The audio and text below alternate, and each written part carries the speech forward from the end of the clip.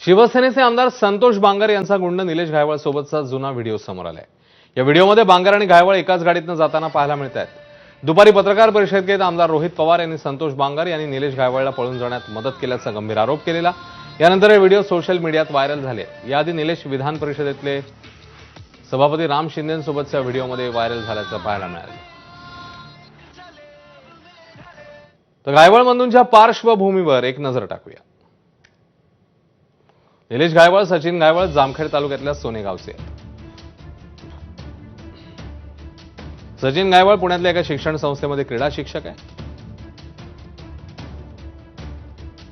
2019च्या निवडणुकीत रोहित पवारांच्या प्रचारात सचिन घायवळचा सहभाग पाहायला मिळाला।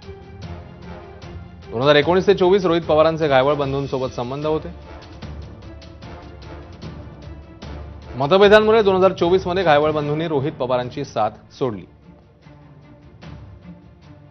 2024 नंतर घायवळांचा राम शिंदेंची साथ देण्याचा निर्णय पाहायला मिळाला। तर 2024 मध्ये निलेश घायवळ आणि सचिन घायवळने राम शिंदेंचा प्रचार केला।